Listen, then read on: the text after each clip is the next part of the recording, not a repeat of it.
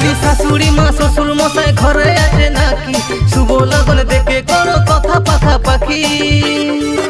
আমি গোলাপিকে করে বিহা লিখবো বিদেশে। পচর পচর বকিস না রে ঘুমা চাইয়ে, চাকরি वाला পালে দিব বিহা দিয়ে। পচর পচর বকিস না রে ঘুমা চাইয়ে, চাকরি वाला পালে দিব বিহা দিয়ে।